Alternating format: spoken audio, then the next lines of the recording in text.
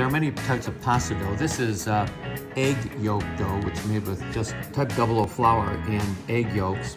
Here we're putting in the egg yolks into our volcano, and then we'll gently start to stir this with a fork and bring the flour in. Now, when I first started doing this, it would take a half hour or so. Now I can do it in about 10 minutes. And the key is not to touch it until it's set up and not too sticky.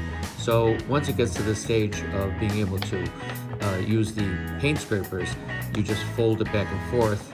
And here we are putting a little more flour on it and keep folding it because it's still sticky. If you put your hands on it now, it'll stick all of your hands. Just makes it a little unwieldy. Here we go. Now it's good to touch. We can start to knead it, push it with our hands and rotate it 90 degrees and turn it. And over. You do that for about 10 minutes or so, and you get a nice pasta dough. And you wrap it in some cellophane for about 20-30 minutes, and then you're ready to make your pasta.